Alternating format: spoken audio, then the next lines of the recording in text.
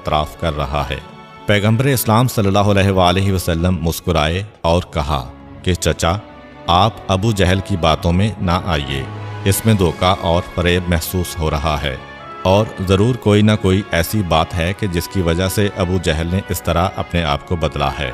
آپ لوگ ٹھہریے، میں چل کے دیکھتا ہوں۔ اب پیغمبر اسلام آگے آگے ہیں، قافلہ پیغمبر کے ساتھ ساتھ ہے مگر تھوڑے فاصلے پر ہے، تاکہ اگر کوئی اس قسم کا واقعہ پیش آئے تو قافلے والے محفوظ رہیں۔ اور ابو جہل اس خوشی کو اپنے سینے میں چھپائے ہوئے آگے بڑھ رہا ہے۔ چنانچہ ایک وقت آیا کہ پیغمبر اسلام کا اونٹ اسی کھجور کے درخت کے پاس پہنچا، اور وہ خوفناک اژدہا اس کی اوٹ سے پہلے کی طرح باہر نکلا۔ پیغمبر اسلام کا اونٹ ڈر کے مارے فرار اختیار کرنا چاہتا ہے کہ پیغمبر نے اپنا ہاتھ اس کے چہرے پر رکھا اور کہا کہ ٹھہر جا، اور ادھر اس اژدہے کو دیکھا اور کہا کہ تو کون ہے؟ کیا تجھے پتہ نہیں ہے کہ مخلوق خدا کو اذیت پہنچانے کو اللہ نے حرام قرار دیا ہے؟ وہ اژدہا ایک مرتبہ گھبرا کے کہتا ہے کہ آپ کون ہیں؟ کیا مکہ سے آ رہے ہیں؟ کہا کہ ہاں، میں مکے سے آ رہا ہوں۔ مگر تو نے یہ سوال کیوں کیا؟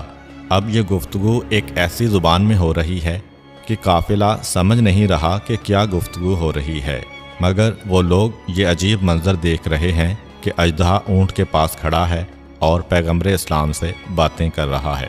پیغمبر اسلام نے پوچھا کہ تو نے میرے شہر کا نام کیوں لیا؟ اس نے کہا کہ آپ کے شہر مکہ میں عبداللہ کا ایک بیٹا ہے، وہ اس وقت کہاں ہوگا؟ پیغمبر نے کہا میں ہی وہ ہوں۔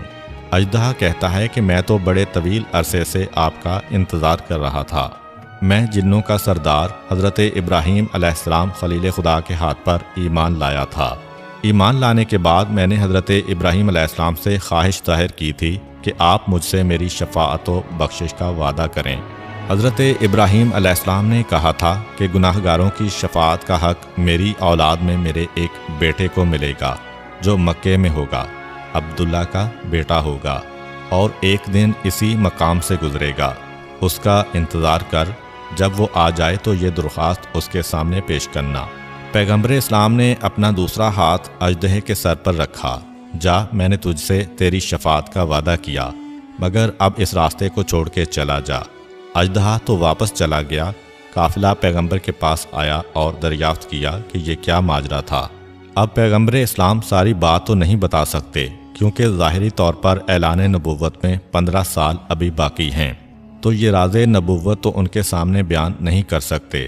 البتہ آپ قافلے والوں کو کہتے ہیں کہ اگر اس سے پہلے تم اس راستے سے گزرے ہو اور اس اژدہے سے ڈرے ہو تو اطمینان کر لو کہ اب اس کے بعد یہ کسی کے راستے میں نہیں آئے گا۔ ایک ایک منظر قافلے والوں کو حیران کر رہا ہے۔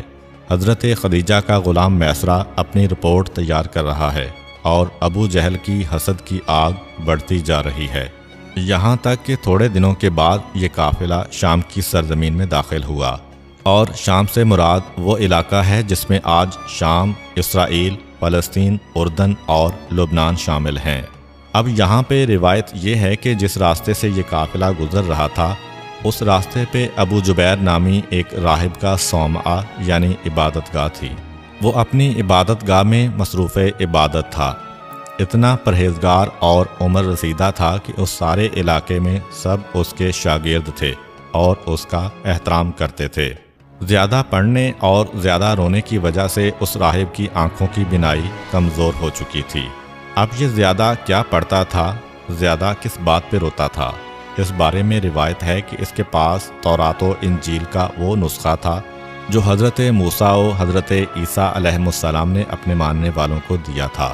مسلسل یہ اس کو پڑھتا ہے، مگر ساری کتاب تو نہیں، تورات کے اس حصے کو اور انجیل کے اسی حصے کو جس میں پیغمبر اسلام کی آمد کی خبر دی گئی تھی، پیغمبر کی نشانیاں بتائی گئی تھیں۔